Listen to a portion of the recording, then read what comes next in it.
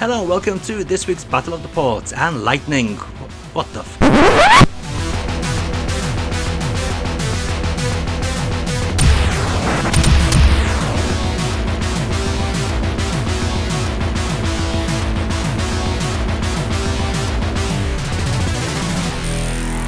Hello and welcome to this week's Battle of the Ports as we take a look at Thunder Force 4. In a previous video I said there was no port of Thunder Force 4 that wasn't emulation based, completely forgetting that I actually owned one. Yep, that's right, a true port does exist, but first let's take a look at this Mega Drive original. Technosoft's Thunder Force 4 was first released in Japan on July 24th, 1992, and is the third and final Thunder Force game created for the Mega Drive. It was developed by the same team at Technosoft that ported Devil Crash to the Mega Drive, rather than the team that developed the previous Thunder Force games. Like its predecessors, it is a horizontally scrolling shooter, but now also features extensive vertical scrolling with large playing fields. The story takes place 2 years after the events of Thunder Force 3. The player takes on the role of a fighter pilot to battle the Orn Empire, which is plotting the extinction of the human race. The first 4 out of 10 stages can be selected in any order. As within previous games, the player can change the speed of the ship at any time. Scrolling up and down will reveal different waves of enemies as well as hidden power-ups. Do be careful of which route you take through each level, as there's always an easy or difficult choice. Weapons include a variety of missiles and lasers that fire in different patterns, each with its own advantages and drawbacks depending upon the situation. Besides weapons, there's also shields and satellite ships, known as Craw, that can revolve around your ship while multiplying your firepower. Halfway through the game, the player gains a powerful Thunder Sword attack, which deals massive damage to enemies. A special mention must go to the audio. The sound team was brought over from the original staff of Thunder Force 2 and 3.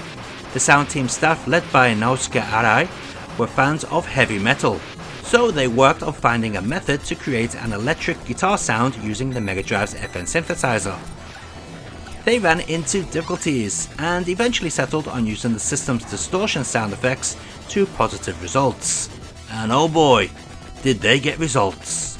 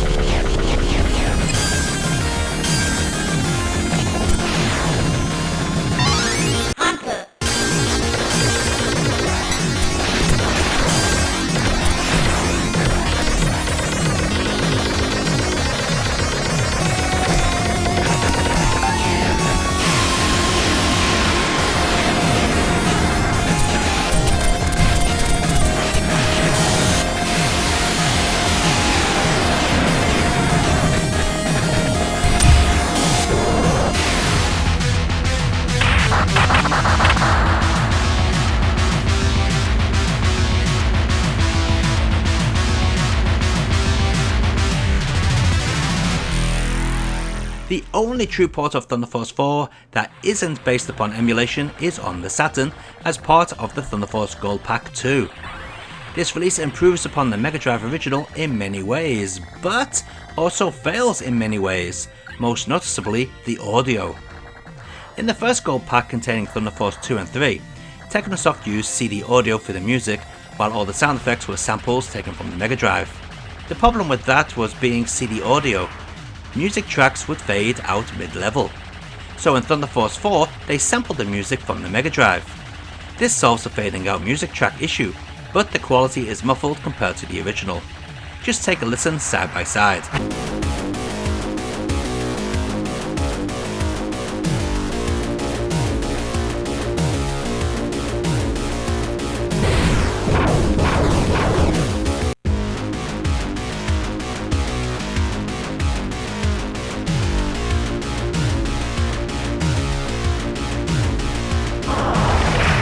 Not only is the music different, but so are some sound effects.